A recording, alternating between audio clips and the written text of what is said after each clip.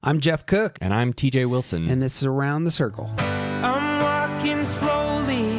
I'm taking my time. All I could talking is starting to rhyme. I'm letting go of lonely, letting go of strife. I just can't get enough of this beautiful life. The Enneagram is a map of the human personality. It's a tool for navigating relationships, creates language for what motivates us, and helps us look at the way we look at everything else. Most importantly, the Enneagram is a mirror because sometimes you need help seeing yourself. My name is Jeff Cook. I'm a philosopher in Greeley, Colorado, and with me is TJ Wilson, businessman, lover of theology, and Enneagram Ninja. Hello, and welcome back to the final episode about how we connect. This is the second part of our discussion about lack in relationships and what healthy responses can look like. We're going to jump in the middle of this conversation. So if you haven't heard part one, you should go listen right now. Otherwise, here we go with the idealists and their frustration. Ones, fours, and sevens have their ideals that are unrealized. There's something here, again, that it's almost like an abandonment. There's an isolating that takes place. And the fruit that we've kicked out in the past is that ones, fours, and sevens will feel this sense of frustration when their ideals aren't met. But that comes out of their repressed side. So for ones who can't get their heads around why the ideal wasn't met, this can be a difficult spot. I have thoughts on this. You have thoughts on repressed thinking for ones? Well, I think that the part of the repressed thinking is it's sort of outsourced to their critic. It becomes this internalized sense of my own failure and taking, like, discarding facts and almost entirely relying on the sense that I have failed these things.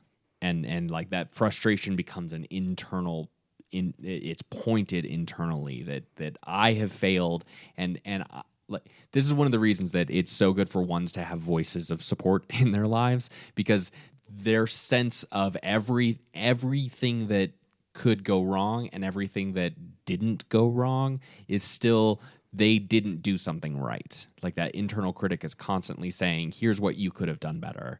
And in this place of lack, in the place where they're saying, look at how good the world could be. Will you come with me? And people are like, nah. And the sense of for them relies on that critic to tell them why other people didn't want what they had to offer. And it's because they failed, because there's something wrong with them. And it has no consideration for all of the things that they did right. It has no consideration for all of the things that have to do with the other people and why they're broken and why they might not want these ideals. It has no consideration for even the possibility that other people aren't concerned about the things that the one is because they don't matter. Like we bring up the light bulb in the room issue a lot. Like ones need to fix that light bulb because the light bulb's out and the room is not performing to its optimal. It's not at the optimal level of performance, and other people can't even see the light bulb. So the one is worried about something that other people don't even notice, and the lack of thinking can't prioritize what's real. Worth naming that the critic for ones is repressed thinking, or is the result of repressed thinking. Ones are going to intuit the world, and most of it's going to be very emotional. They intuit their emotions. That's where ones live. They look like they're smart. They actually are ready, fire, aim sort of people. Right. It's all emotion. The light bulb is an emotional reaction to spaces. Yep. It's not about thinking about, how luminescent the room is. Right. The best thing to combat the inner critic is what TJ said, is voices who actually bring reason to the one. Because then that's going to silence that buzz of negativity. But the critic is almost entirely emotional.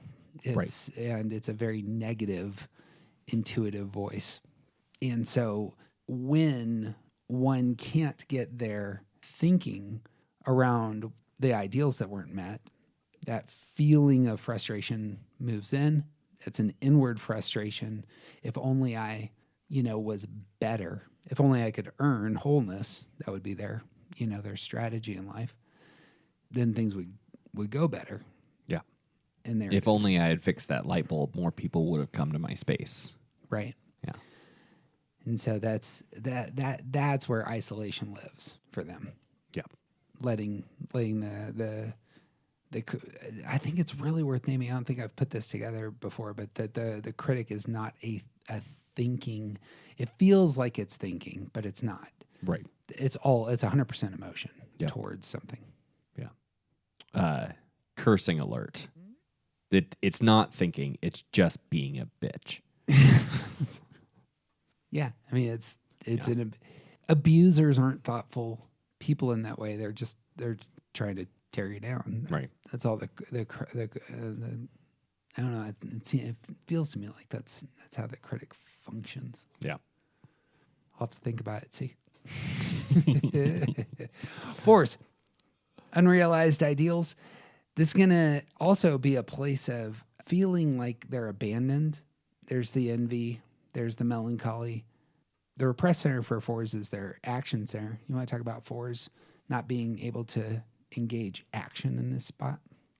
Yeah, I think this is a space where it's particularly important to draw in the term unproductive when we talk about action for 4s, because I think that this becomes like when 4s are in that space of sort of feeling abandoned, when they are looking for some type of incredibly idealistic partnership, friendship, whatever, like we're going to go to the big places, and when that is not received or is rejected, or the other person is just average and doesn't really is fine just hanging out and not necessarily living in these like high highs and low lows, that sense for 4s combined with their motive about they're feeling like something is missing about them, that they're not in the right place, that they're left out of these kinds of experiences, and it's a real sense of abandonment and insignificance and frustration, that why are they the only one? And that isolation really comes in here, that they've been abandoned by the universe. And it's not just that someone didn't want what they had, it's that they're alone in the universe. And I think the withdrawal is less about stepping back and more about unproductive doing.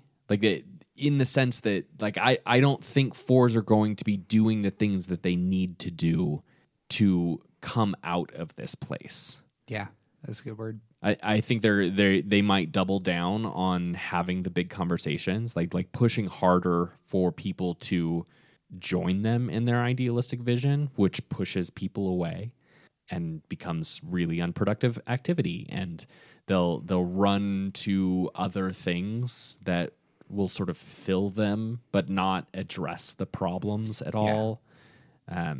Yeah. The image I have is from Breakfast Club, and I'm seeing Ali Sheedy in the back of the room with a black piece of paper, and she's frantically brushing her hair in order to get the dandruff to drop onto the paper to create stars.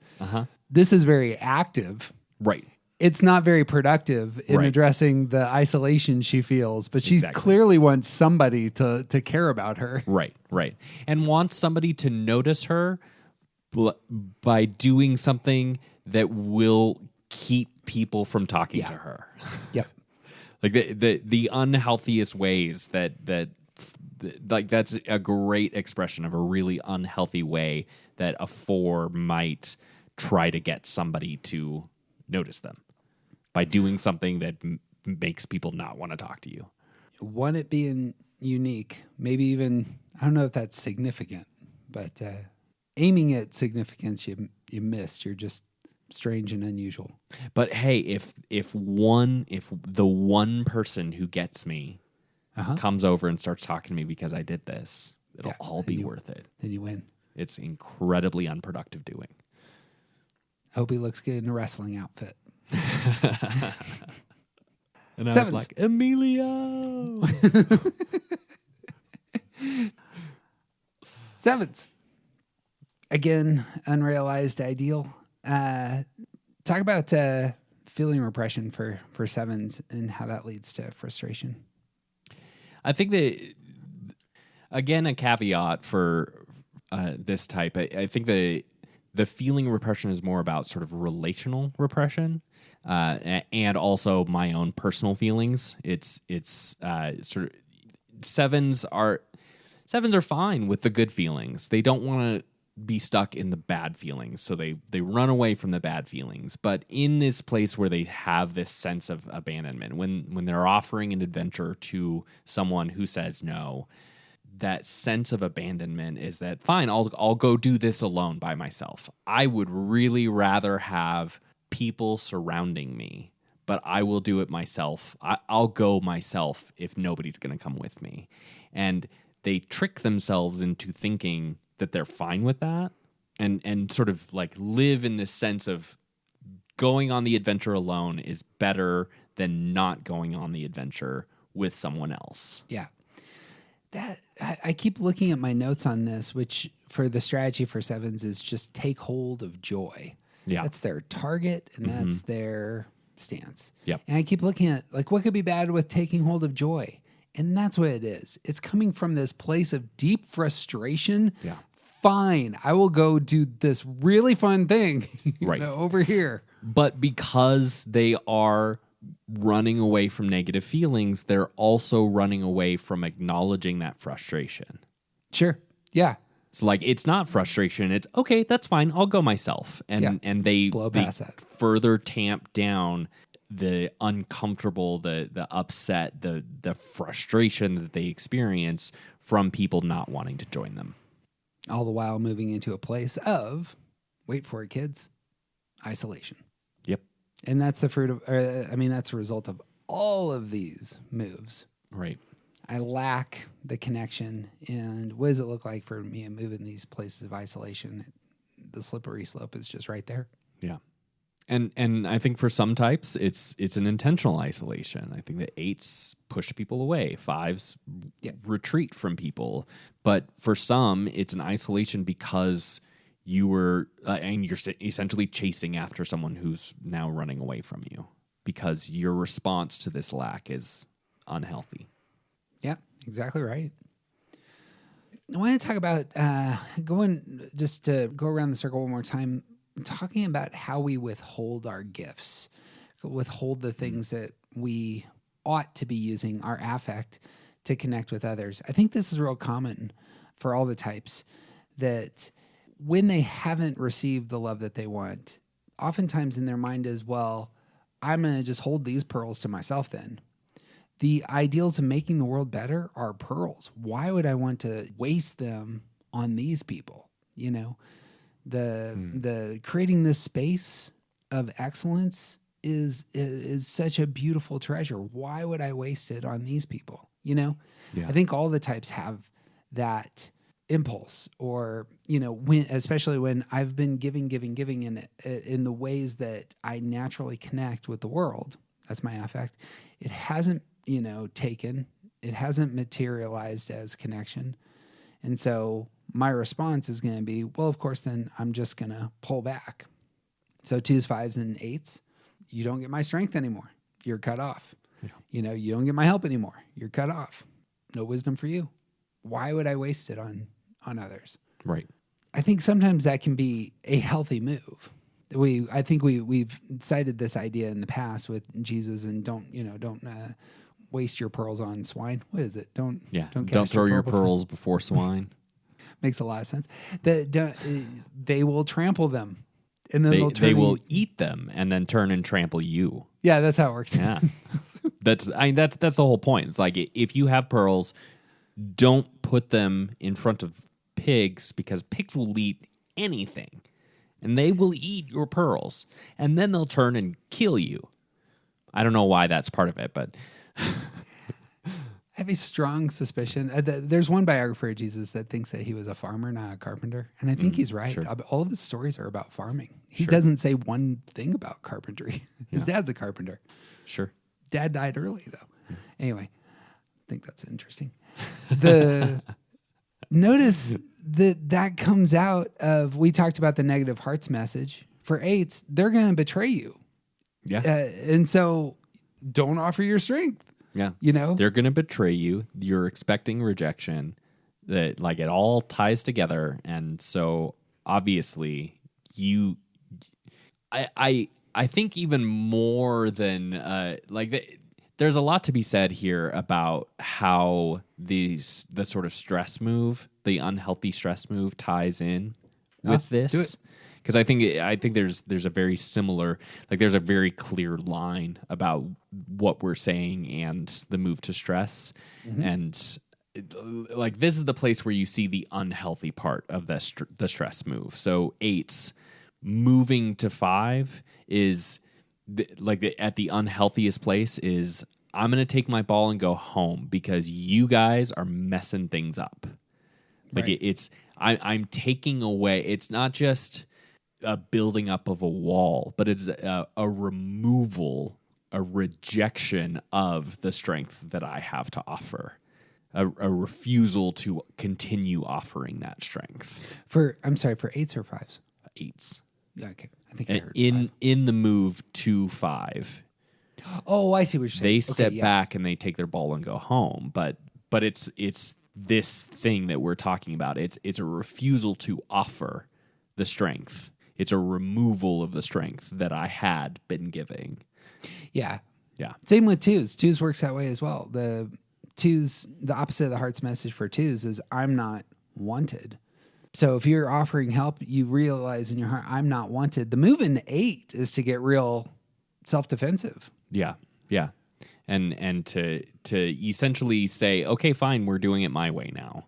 Yeah. And there's so much about like when 2s are offering their help, their care, and you are saying no, and you bring in this pride and the sort of like the earning of love and the saying the lack of real engagement with their thinking. They move to this place where their reactions are bigger and they're more about what to do in response to my feelings. It's, oh, you don't want me? Fine, I'm going to take care of it myself. Notice the emotional hurt there. Yeah. Just, I think that's obvious when I say it, but if you really want to name, I think what the kind of the root of a lot of our emotional hurt for our type, it's going to be somewhere in these spaces. Mm-hmm. For 5s, they're offering the wisdom. The opposite of the heart's message for 5s is that my needs are a problem. How do you draw the lines there? Yeah, so with 5s, like that my needs are a problem. The things that the basic parts of me, the fact that I do not feel comfortable just stepping onto the dance floor unless I have enough knowledge, that's a problem between us now. And you are going to reject me because I need to understand this before I need to have these resources. And part of the response there, it has to do, like it's tied with that move to 7. And when 5s move to 7 and become, a little bit more nihilistic and a little bit more sort of like, I don't care about things anymore, that's part of where this is if my needs are a problem for our relationship, then I just won't have needs anymore. There it is. Yep. I'll focus on the fun. Fine. I'll focus on the fun. That's good. Withholding, it seems just real obvious there. The 2s, 5s, and 8s, they have this gift not received. That move towards just pulling all your chips off the table, taking your toys and going home. That's where those types can live in an isolated space, and that's not a healthy place to be.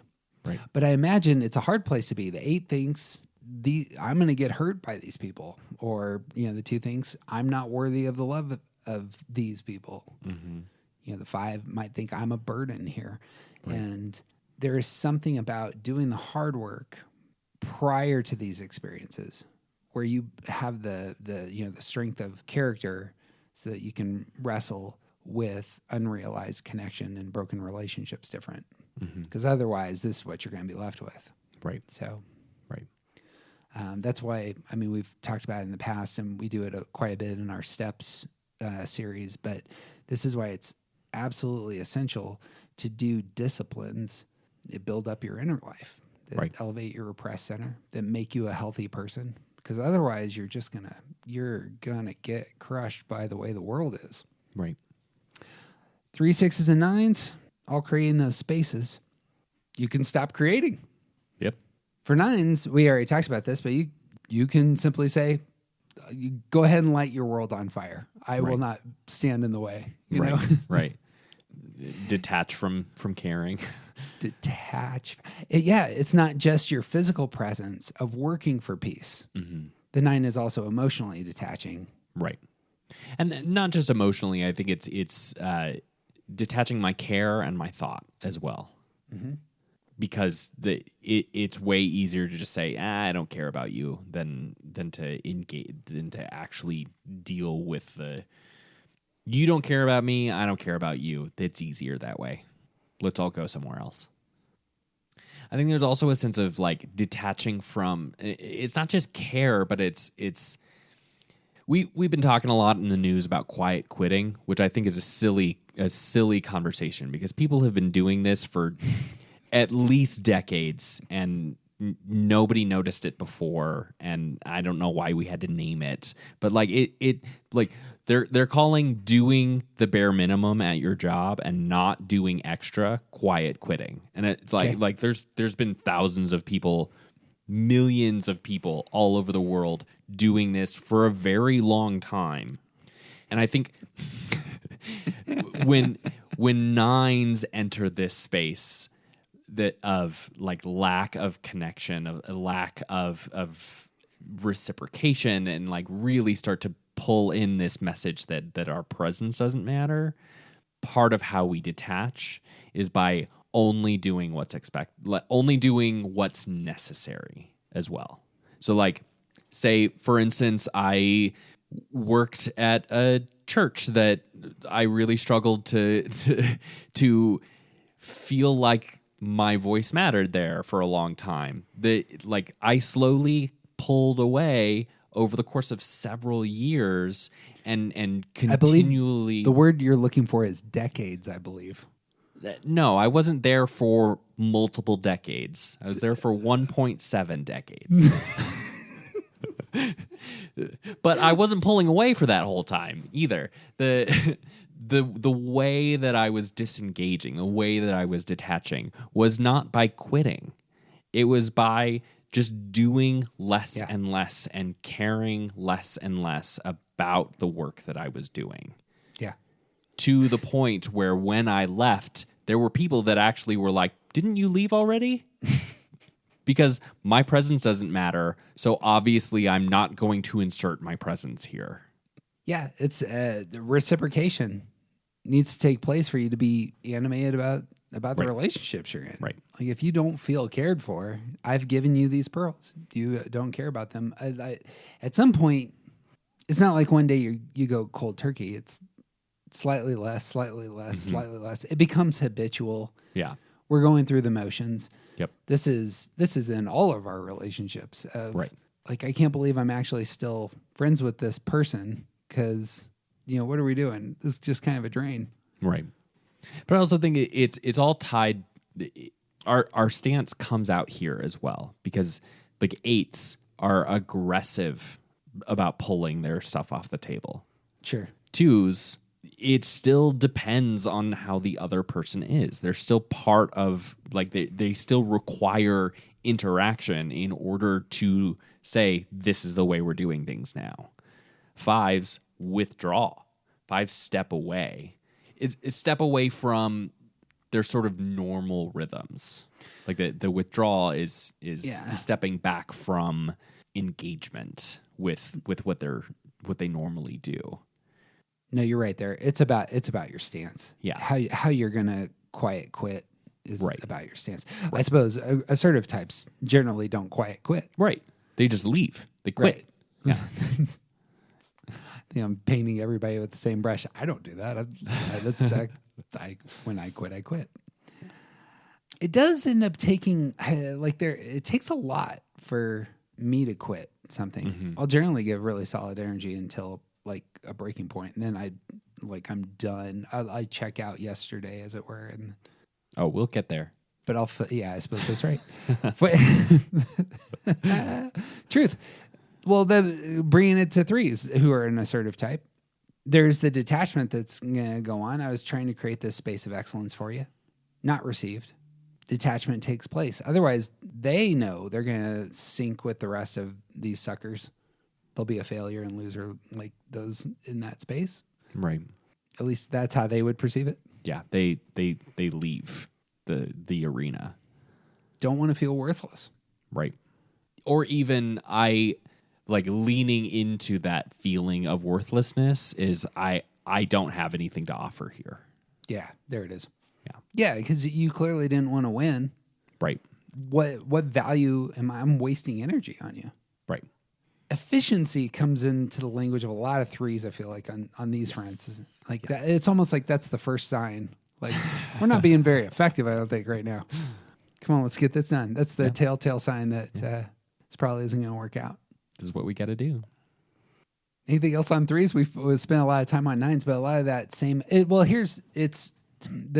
Talk about quitting on this one, because as opposed to quiet quitting for the 9, it's not going to be that way for the 3. Yeah. Well, because the threes comes out a little bit more aggressive, so they're like the 9 is just going to like slowly slink away, and I think like thinking about the stress move. The 9 moving to 6, the unhealthy space at 6 is I'm only going to do exactly what I have to do to keep my job. Yeah. And I'm going to slowly slink away and slowly pass off my responsibilities to other people. I'm not just going to abandon you, but I am going to slowly step back and stop doing as much while still doing what's necessary. The 3s, because they are in that aggressive stance, because they are detached from their own feelings, I think it's a lot easier for 3s to say, I'm leaving and here's why. Yeah. And probably are going to lace it with here's my new opportunities. Sure. Which are much better than the ones that were being offered here, by the way. Right.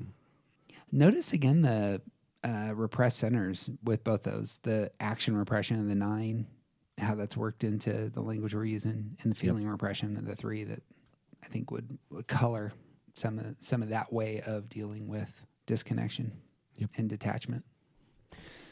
Brings us to the 6s. The 6s also are creating those spaces for others.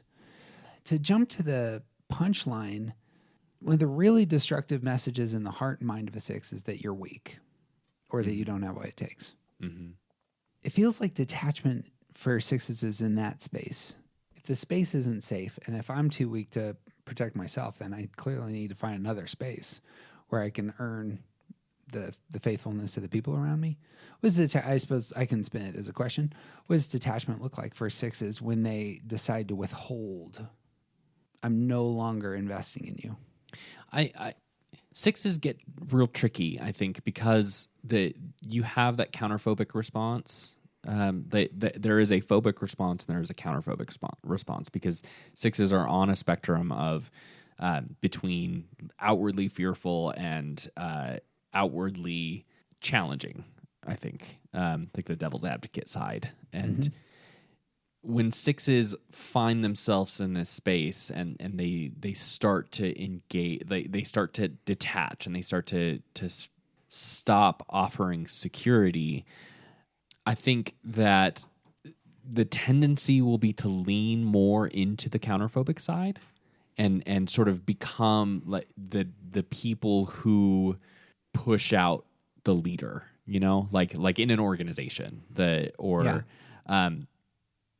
in ceasing to offer safety and security and fidelity to the other, I think they're going to start pushing against the other. I think they're going, like, when they enter this space, when they feel like their thing is not received and they are going to say, okay, I am not going to offer this anymore. What I'm going to offer, like the thing that I'm going to do now, is make sure that you like push against you, challenge you. Yeah. Like if you aren't actually up to this, then you need to leave. It's the reactive Yeah. side of is what's going to come out there. Yeah. As opposed to the assertive or withdrawn. That's exactly what would happen. Right. And in that way, they're sort of detaching from the sense of security and the person across the table in saying, I thought we had something and you aren't capable of it anymore. And so you either need to prove I'm wrong or you need to leave. Creates, I suppose it's just building on stuff that we said before, but it creates a doom loop again where I don't trust myself, I don't trust the world. That means I'm detaching from both. Mm-hmm. But then I have to engage, something. I have to Right. I have to recklessly attach at some point in the future. Right. But then the distrust comes back up. Yep. And you just create a cycle there. Right. I'm looking for an authority and no authority can be trusted. Right. I'm looking for security, but nobody can be trusted. So, withholding of faithfulness, does that come in then? I'm trying to look for language that is systematic that would apply here, but yeah, because the faithfulness that was offered previously is now taken off the table. yeah, and that's what the withholding looks like. Right. Right. Yeah, it's taken off the table. Yeah. Bang. The idealists, I think they're the easiest to see. They're just going to stop pulling people into their ideals. Mm-hmm. So, and also I think that frustration starts to turn outward here. sure, yeah, that's going to be the motive for saying I'm holding my pearls back. Right. It's almost like an anger Mm-hmm. at folks for not coming along and doing the amazing thing that's over here. Right. And again, those destructive messages for the ones, it's going to be a reactive move, well, fine, I'm taking my ideals off the table. Mm-hmm. But it's reacting to the energies of others. Yeah. I've put forth my best. And obviously no one wants what I have. Yeah, and they responded. Yeah. So primary, I've been thinking through this in terms of so I quit my job at the university here recently. The reason I quit because of just one letter I got. It was it wasn't a letter. What is it? It was a job assessment, and the filter through which the person was processing my work was just like demeaning and seeking to elevate the most negative elements. I'm really good at my job. Just need you to see like a couple of things that I do really well. I come to the world and I pull people into fantastic spots. If you're going to kick out, here's where you're flawed. If you're going to elevate those parts in my heart, like you are not a worthy place for my energy. But it's a very reactive move for me. Mm-hmm. Yep. And incredibly personal and Yep. Filled with frustration. And it's there's a difference between saying, well, I'm not good enough to do this job, and saying, well, obviously you don't think I'm good enough to do this job, so I'll just leave. I think it is the case that I'm hearing from them, you're not doing this good enough. I guess I said that wrong. I suppose just to build on that for a second though, because I think it can be helpful. Like for some of us, it would be the case that we would, in the midst of, our ideals not being, enjoyed by others, become self-critical. Right. I think I'm in a spot where I realize I'm really good at what I do. Mm-hmm. And if you're going to tell me I'm not good enough, I know that message. Yeah. I want nothing to do with that message. And that's why I'm going to leave, Right. And I think it in sort of the most unhealthy terms, that stepping back, that withdrawal, it's not even really a withdrawal. It's a reaction to that feeling that people will not accept you because you're not good enough. And people won't engage in relationship because you're not good enough. You don't want me here because I'm not good enough. And yeah, so I suppose for me, I don't know if this goes askew, but for me, it's like we could create something amazing. We could make the world better. Right. Or you could actually judge my character. I'm really not interested in the latter, you know? Right. So I want to surround myself with awesome people who want to build things. Why would I want to enter atmospheres in which people see it as part of their job to create 5-page forms that are just, here's your inadequacies, 90% of which are based on either irrelevant data or misinformation or 17-year-olds who are just got through COVID and aren't emotionally healthy, saying I really didn't like this class or whatever the message might be. It seems to me that the reactive side is something there. Yeah, also, agreed. That may be a clue towards all the types of saying, here's what I signed up for, but I'm gonna stop offering when I get this other message. Mm-hmm. Yeah. You signed up and invested in a coffee shop. Seems like a calm, satisfying space. Should be. It's what we're creating, friends. I'll give you a paycheck, give you a solid, you can dress however you wish, you get to choose the music. Got just a couple of requirements here. Yeah. You do your job. That's it. I mean, I suppose that's what's in my mind, that we have these expectations. They're not met. And oftentimes the either expecting rejection, detachment, or frustration come in when somehow there's invitations for our fears or those negative hearts message. I don't know. There's something there. Yeah. It seems to come into play when I look at the fours. Fours are likewise trying to pull others into this romantic vision. When it's not embraced, the belief might materialize in their minds that nobody sees me, that I'm not significant. I don't matter. The melancholy, the frustration, all the emotions kind of wrap up there. Mm-hmm. Yeah, and I think this is another place where the frustration it has so much to do with what I'm missing. Like no one sees me, and like I don't have a place here, and like that. The frustration can easily be outward, but it's directed inward. Yeah. Like you may put this frustration onto other people, fours, and that can often be a really unhealthy place. It is like displacing your frustration outward into the relationship that's not giving you what you're hoping for. But if you can really see it and acknowledge it, it's all pointed at what you were lacking, at the fact that nobody sees you and you're alone in this. And again, notice that, and the difference being the ones are reactive. Here's the fours are withdrawn. Mm-hmm. In terms of that is the quiet quitting. It's a very melancholic stepping away. Right. And we didn't talk much about the stress moves of the pragmatic. I felt like I tried to pepper in the language without saying directly, like 3s go to 9, 9s go to 6, and 6 goes to 3. But with 1s, that stress move of focusing on the ways that I failed, I think is a big part of it. Like it turns internal, and for 4s, the stress move has to do with other people. It's not just that I'm lacking something, but I'm lacking something that prevents me from being connected to you. It's you have something that I don't, and like it's gauging my own self based on how I assume other people see me. Yeah.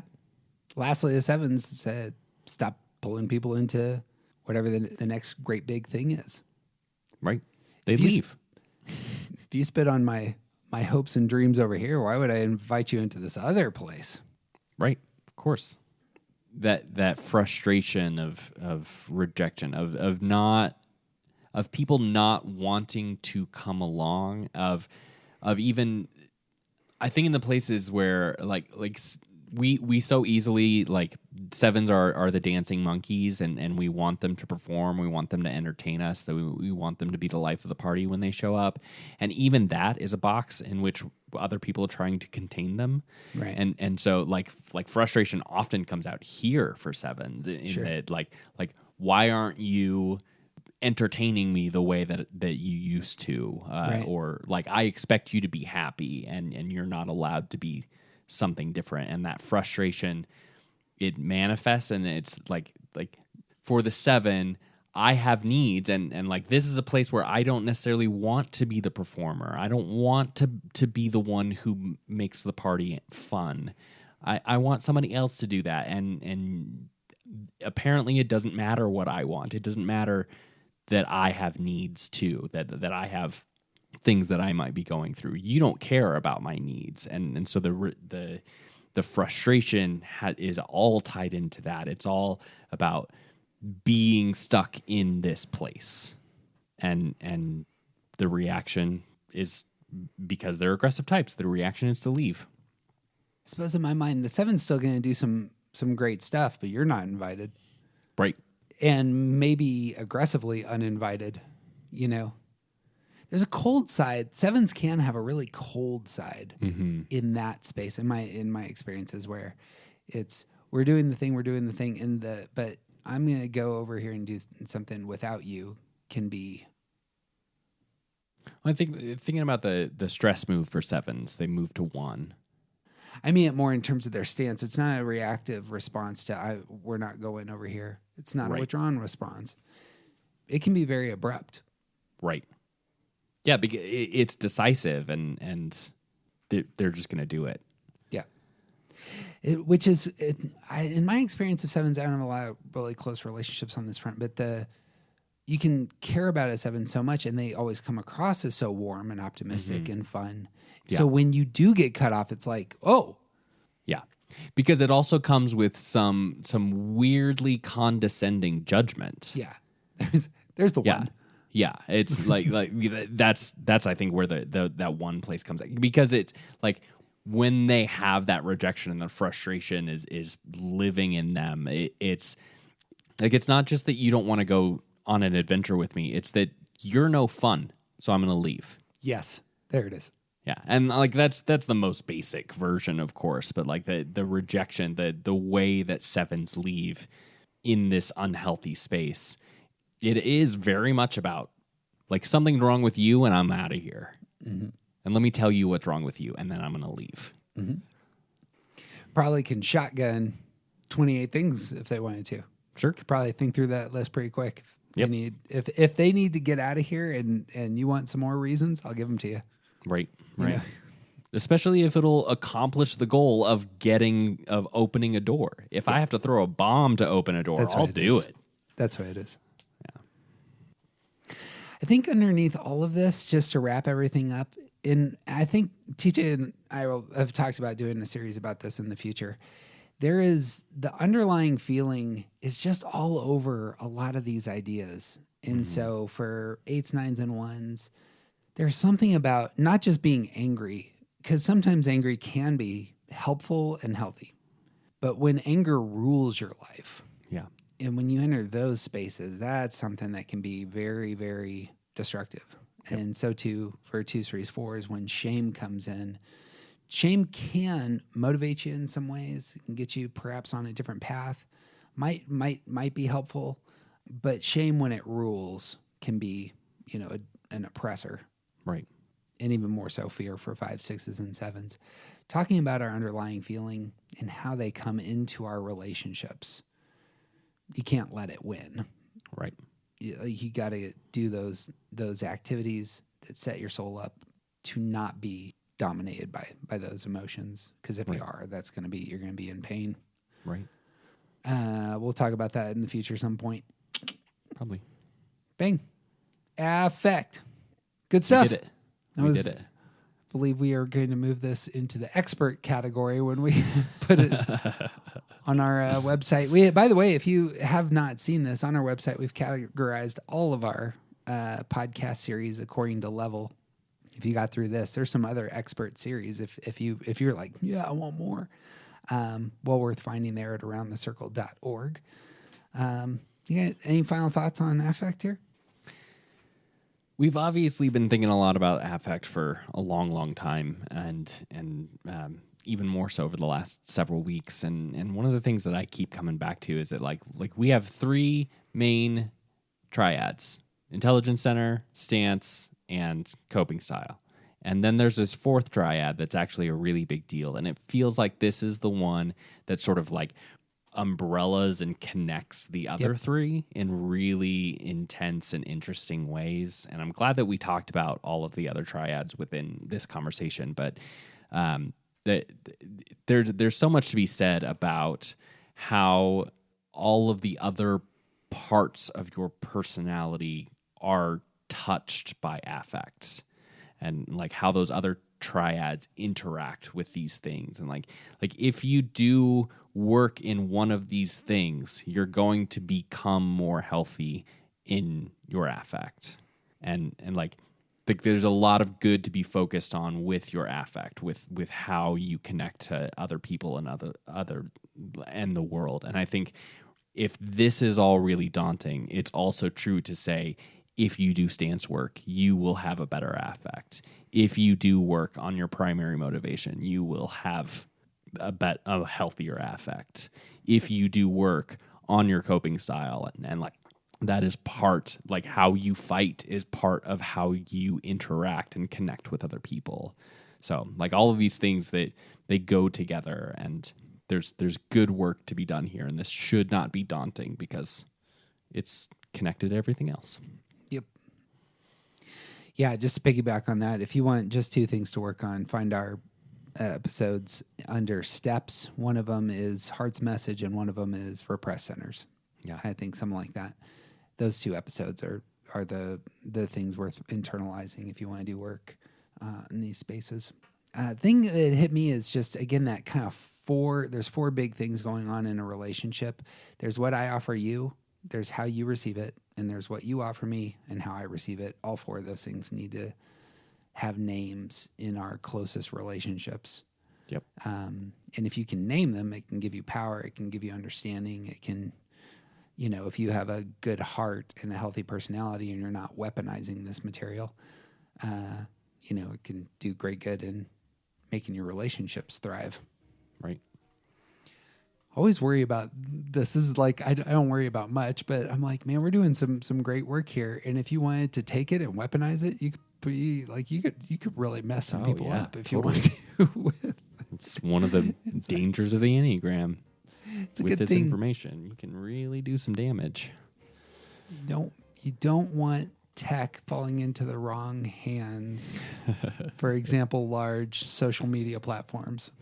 This would be a bad thing.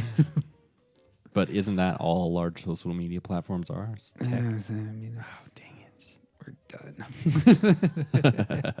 It's a certain type of tech. Oh, sure. Okay. Tech is also like the pencil is technology as well. Right.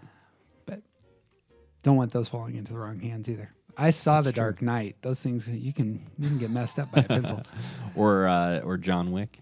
Oh, John Wick! He does some damage with a pencil. I listened to a podcast that said, "What are they making these pencils out of?"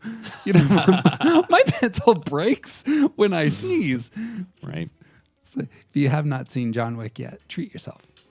Also, what would be awesome? So long as you're a fan of like really intense action and violence, there's barely a story.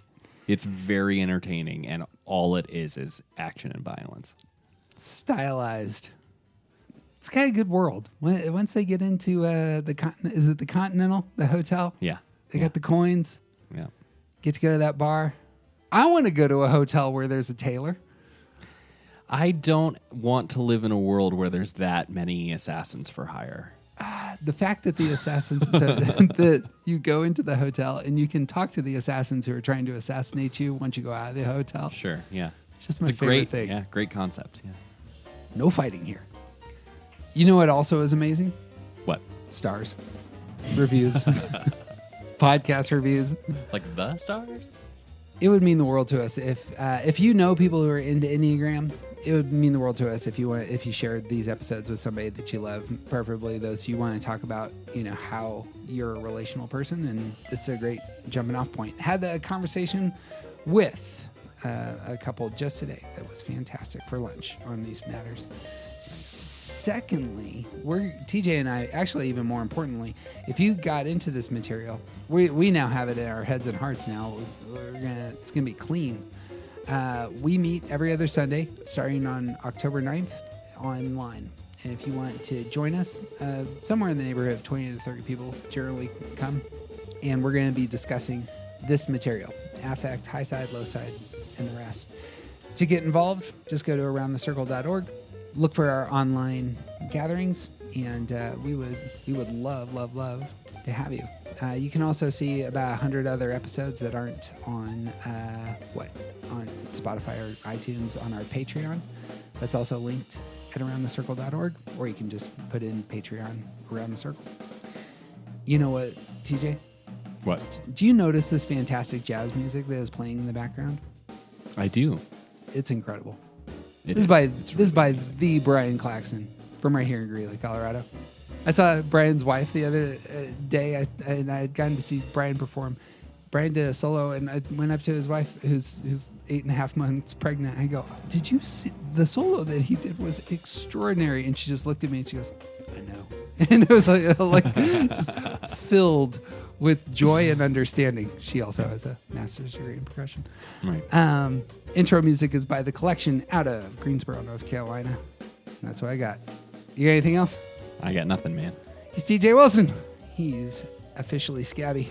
Gonna get rid of that scab, those tattoos, clean it up. Gonna look all shiny here in a minute. That bright black, man, for the first 2 months, just love it. I'm excited about it. It's gonna shine. I'm Jeff Cook. I need to get some more tattoos, but you know what, TJ? What? Who you aren't isn't interesting, even if you don't have tattoos. Yeah. But you can change. Everybody can change. I can change. I saw the end of Rocky 4.